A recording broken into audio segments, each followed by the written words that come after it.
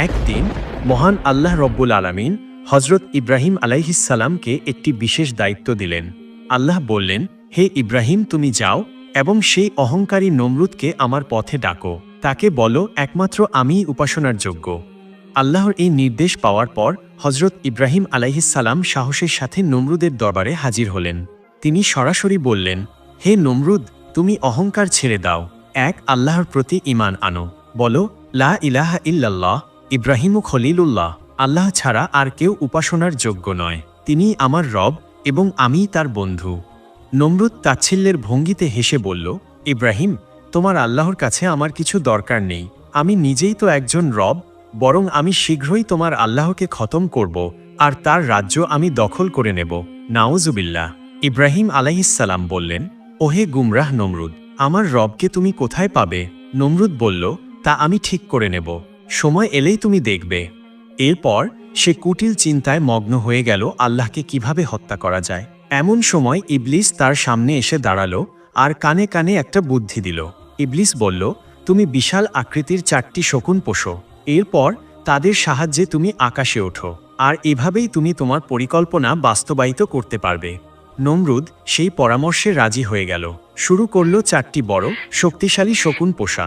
প্রতিদিন তাদের দামি দামি খাবার খাওয়াতো, যত্ন করত যেন তারা মোটা, তাজা ও সবল হয়ে ওঠে। তারপর একদিন সে কাঠ দিয়ে 4 পায়া বিশিষ্ট এক ছোট চৌকি বানালো। চৌকির প্রতিটি পায়ায় একটি শকুনকে বেঁধে দিল। কিন্তু শুধু এতেই তার পরিকল্পনা শেষ নয়। শকুনদের চোখের সামনে ওপর দিকের নাগালের বাইরে ঝুলিয়ে দিল 4 টুকরো রসালো গোশত। 2 দিন ধরে ক্ষুধার্ত থাকা শকুনগুলো তখন তীব্র ক্ষুধায় ছটফট করছিল। খাবারের লোভে তারা ডানা ঝাপটাতে শুরু করল। এই অবস্থায় নমরুদ নিজে এবং এক সঙ্গী হাতে তীর ধনুক নিয়ে চৌকির ওপর চড়ে বসল। শকুনগুলো ওপর দিকে উঠতে লাগল, গোশতের টুকরোর দিকে, আর চৌকি সহ নমরুদ উঠতে লাগল আকাশে। তাদের লক্ষ্য ছিল গোশতের টুকরো, আর নমরুদের লক্ষ্য ছিল আল্লাহ রব্বুল আলামিনকে হত্যা করা। নমরুদের এক অদ্ভুত ভুল ধারণা ছিল। সে ভাবত আল্লাহ রব্বুল আলামিন উপরে আকাশে কোথাও অবস্থান করেন। সে জানতই না আল্লাহ তো জায়গার সীমায় আবদ্ধ নন। তিনি স্থান কালপাত্রের ঊর্ধ্বে, বরং তিনিই তো সমস্ত জায়গার স্রষ্টা। যিনি স্থান সৃষ্টি করেছেন তিনি নিজে কি আর কোনো স্থানের মুখাপেক্ষী হন?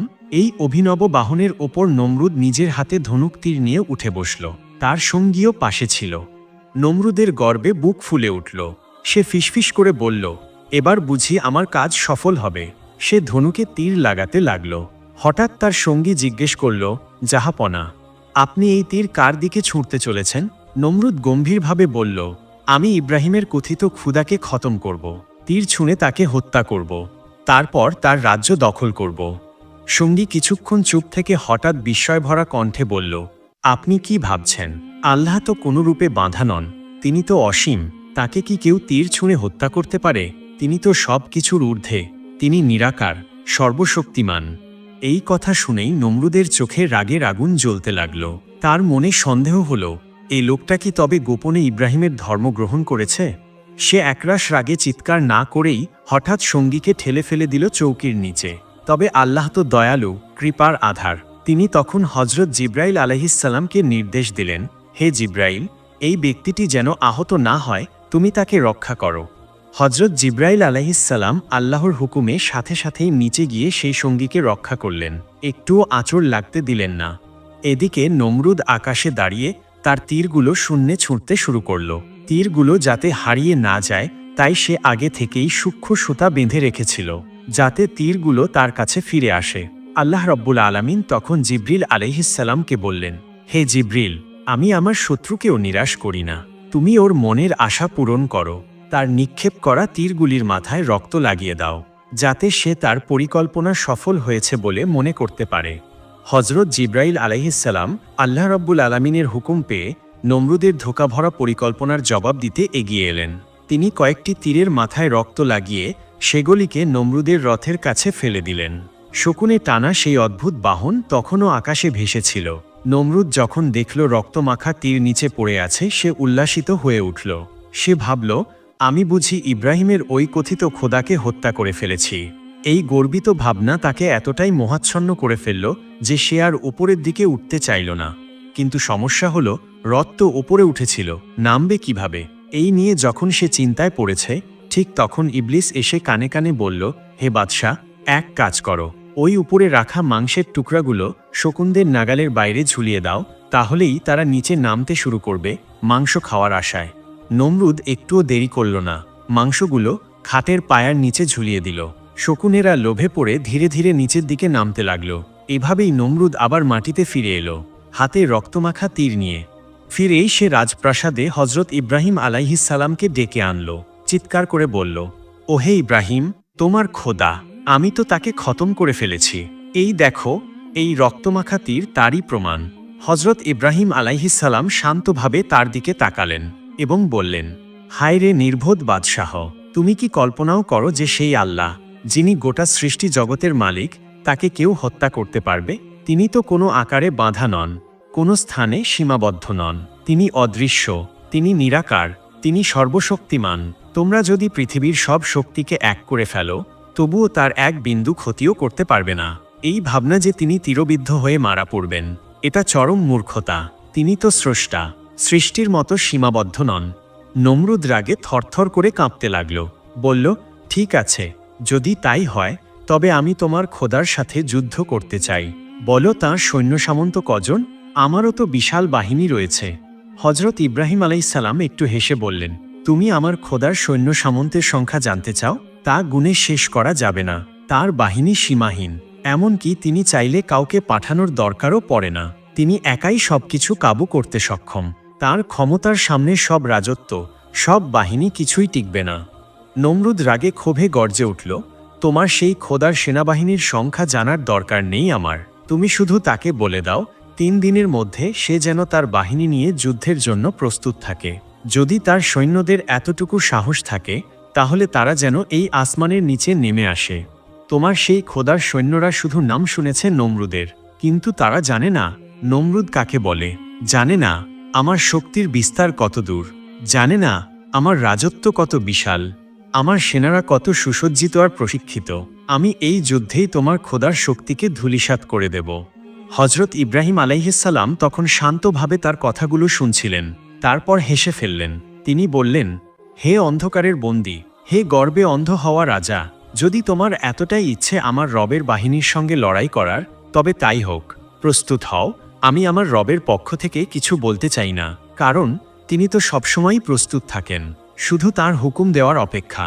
নমরুদ রাগে ঠোঁট চেপে বলল, ঠিক আছে, আমি আমার সেনাদের নির্দেশ দিচ্ছি প্রস্তুত হতে। তুমি তোমার খোদার বাহিনীকে বলো যেন তারাও প্রস্তুতি নেয়।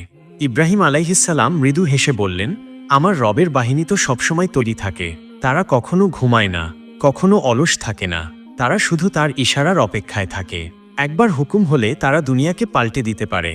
এদিকে নমরুদ আর সময় নষ্ট করল না। সে তার বিশাল সাম্রাজ্যের সব জেনারেলদের নির্দেশ দিল, পুরো সামরিক বিভাগ যেন যুদ্ধের প্রস্তুতি নিতে শুরু করে। সকল অস্ত্র, সাজ সরঞ্জাম, রসদ সবকিছু জড়ো করা হলো। শুধু তাই নয়, নমরুদ তার অধীনস্থ সকল মিত্র রাজ্যকে নির্দেশ দিল, তারা যেন তাদের সৈন্যদের নিয়ে অবিলম্বে বাবেলের উদ্দেশ্যে রওনা হয়। নমরুদের এই বিরাট প্রস্তুতি দেখে হজরত ইব্রাহিম আলাইহিসসালাম নিঃশব্দে দৃষ্টি তুলে আসমানের দিকে তাকালেন। তারপর রবের কাছে দুহাত তুলে ফরিয়াদ করলেন, হে আল্লাহ, আপনি তো সবই জানেন, সবই দেখেন, কিছুই তো আপনার চোখের আড়ালে নয়। এই বাদশাহ সীমা ছাড়িয়ে গেছে। সে নিজেকে রাজাধিরাজ মনে করছে। যদি আজই তার অহংকার না ভেঙে দেওয়া হয়, যদি তাকে উপযুক্ত শাস্তি না দেওয়া হয়, তাহলে মানুষ বিভ্রান্ত হয়ে পড়বে, তারা সত্যকে ভুলে যাবে। আমি সবকিছু আপনার ওপর ছেড়ে দিলাম, আপনি বিচার করুন, হে আমার রব। হজরত ইব্রাহিম আলাইহিসসালাম আল্লাহর দরবারে ফরিয়াদ করতেই আর দেরি হলো না। মহান আল্লাহ তাআলা তার দোয়া কবুল করে নিলেন। এরপর হজরত জিব্রাইল আলাইহিসসালাম এসে সান্ত্বনার কণ্ঠে বললেন, ইব্রাহিম, হে আল্লাহর প্রিয় নবী, চিন্তার কিছু নেই। নমরুদের এই অহংকারী চ্যালেঞ্জে আপনার প্রভু আপনাকে অপমানিত হতে দিবেন না। খুব শীঘ্রই নমরুদের ঔদ্ধত্যের জবাব তিনি নিজেই দেবেন। তার বাহিনীর গর্ব, তার সামরিক শক্তি সবকিছু ধূলিসাৎ হয়ে যাবে। বিজয় অবশ্যম্ভাবী, এবং সেই বিজয় আপনারই হবে। এই কথা শুনে হজরত ইব্রাহিম আলাইহিসসালাম গভীর তৃপ্তি নিয়ে শুকরিয়া আদায় করলেন। তিনি জানতেন তার রব কখনো অন্যায়ের পক্ষে থাকেন না। এদিকে নমরুদও থেমেছিল না। সে এক বিশাল বাহিনী সাজিয়েছে। শোনা যায় হাজার হাজার সৈন্য আর শত শত দিগন্ত জোড়া তাঁবু গেড়ে সে যুদ্ধের প্রস্তুতি নিয়েছে। তবুও ইব্রাহিম আলাইহিসসালাম একজন নবী। যুদ্ধ বা ধ্বংসই তার মূল উদ্দেশ্য নয়। শেষ মুহূর্তে অন্তরের গভীর থেকে নমরুদকে আবারও সাবধান করলেন। তিনি নমরুদকে বললেন, নমরুদ, তুমি কার বিরুদ্ধে দাঁড়াতে যাচ্ছ? এই নিয়ে কি কখনো একবার ভেবেছ? আমরা সবাই যার দয়ার ওপর নির্ভরশীল, যে আমাদের জীবিকা দেন, যে একমাত্র প্রকৃত ক্ষমতার অধিকারী, তার বিরুদ্ধে যুদ্ধ করতে যাচ্ছ। তিনি যদি চান, চোখের পলকে সমস্ত জগৎ ধ্বংস করে দিতে পারেন। কোনো কিছুই তার সামনে টিকবে না। তুমি এক মারাত্মক ভুল করতে যাচ্ছ নমরুদ। আমি তোমাকে শেষবারের মতো অনুরোধ করছি, এই অহংকার ত্যাগ করো এবং আল্লাহ রব্বুল আলামিনের সামনে আত্মসমর্পণ করো। কিন্তু নমরুদ, তার চোখে কোনো অনুশোচনা ছিল না। সে বলল, ইব্রাহিম, তোমার মুখে এই কথাগুলো শুনে হাসি পাচ্ছে। তুমি ভাবছ আমি ভয় পেয়ে গেছি? আমি বলেছিলাম আগেও, আবারও বলছি, তোমার ওই কাল্পনিক রবের ভয় দেখিয়ে আমাকে থামানো যাবে না। আমি নমরুদ, আমাকে থামানোর মতো কেউ জন্মায়নি। তোমার সেই রহস্যময় সেনারা কোথায়? কোথায় তাদের শক্তি? যদি তারা কিছু করে দেখাতে পারে, আসুক যুদ্ধের মাঠে। আমি প্রস্তুত। তুমিও তোমার তথাকথিত রবের বাহিনী নিয়ে এসো। নমরুদের কথা শুনে হজরত ইব্রাহিম আলাইহিসসালাম গভীরভাবে কষ্ট পেলেন। তার অন্তরটা ভারী হয়ে গেল। তিনি বুঝতে পারলেন, এই অহংকারী বাদশাহ শুধু নিজেই ধ্বংস হবে না, তার পেছনে থাকা হাজারো লক্ষ নিরীহ সৈন্যও আল্লাহর গজবে পড়ে ধ্বংস হয়ে যাবে। ইব্রাহিম আলাইহিসসালাম একজন নবী, আর কোনো নবীই চান না আল্লাহর প্রিয় সৃষ্টি মানুষ ধ্বংস হয়ে চিরকাল জাহান্নামে নিক্ষিপ্ত হোক। তিনি তো জানেন আল্লাহ দয়াময়, ক্ষমাশীল, কিন্তু সীমালঙ্ঘনকারী যখন গর্বে অন্ধ হয়ে যায়, তখন আর দয়া নয়। চোখে পানি নিয়ে ব্যথিত অন্তরে তিনি সেজদায় লুটিয়ে পড়লেন, ফরিয়াদ করলেন, হে আমার রব, আমি নমরুদকে বারবার বুঝিয়েছি, কোনো ত্রুটি রাখিনি। আমি চেয়েছি সে তোমার দিকে ফিরে আসুক, ক্ষমা প্রার্থনা করুক, কিন্তু সে তো তোমার শক্তিকেই তুচ্ছ ভাবছে, নিজেকে মনে করছে সব কিছুর মালিক। হে আল্লাহ, এখন তোমার শাস্তির বাইরে আর কোনো পথ খোলা নেই। আল্লাহ রব্বুল আলামিন তখন ওহির মাধ্যমে ইব্রাহিম আলাইহিসসালামকে জিজ্ঞেস করলেন, হে আমার খলিল, প্রিয় বন্ধু, বলো, আমি কেমন সৈন্য পাঠাবো এই নমরুদের বিরুদ্ধে? ইব্রাহিম আলাইহিসসালাম মাথা নিচু করে বিনীতভাবে বললেন, হে আমার প্রভু, তুমি তো জানো, নমরুদ যত বড়ই শক্তিশালী ভাবুক না কেন, তোমার একটিমাত্র ছোট্ট সেনাই যথেষ্ট ওর জন্য। আমার ইচ্ছা, তুমি যেন তাকে এমন এক ক্ষুদ্র সেনা দিয়ে পরাজিত করো, যাতে সে বুঝে যায়, পার্থিব শক্তি যত বড়ই হোক, তোমার সামান্য সৃষ্টি দিয়েই তা মুহূর্তে ধ্বংস করে দেওয়া যায়। আল্লাহ তাআলা হজরত ইব্রাহিম আলাইহিসসালামের এই প্রার্থনা কবুল করে নিলেন। 3 দিন পর নমরুদ তার বিশাল বাহিনী নিয়ে যুদ্ধের জন্য প্রস্তুত হল। নমরুদ দাঁড়িয়ে দাঁড়িয়ে অপেক্ষা করছিল। হঠাৎ সে ইব্রাহিম আলাইহিসসালামকে উদ্দেশ্য করে বলল, কোথায় তোমার সেই রবের সেনাবাহিনী? আমার সৈন্যরা তো আগে থেকেই তৈরি হয়ে আছে। ইব্রাহিম আলাইহিসসালাম বললেন, অপেক্ষা করো, আমার প্রভুর সেনারা আসছে, আর তারা এলে একটিবার দেখেই চিনে ফেলবে কার শক্তি প্রকৃত, আর কারটা গর্বের ফাঁপা আওয়াজ মাত্র। এই কথাবার্তার মাঝে হঠাৎ আল্লাহ তায়ালার হুকুমে দিগন্তপারে এক অদ্ভুত দৃশ্যের সূচনা হল। পূর্ব আকাশ থেকে মশা দলে দলে এগিয়ে আসতে দেখা গেল, যেন আকাশে কোনো অজানা সৈন্যবাহিনী উড়ে আসছে।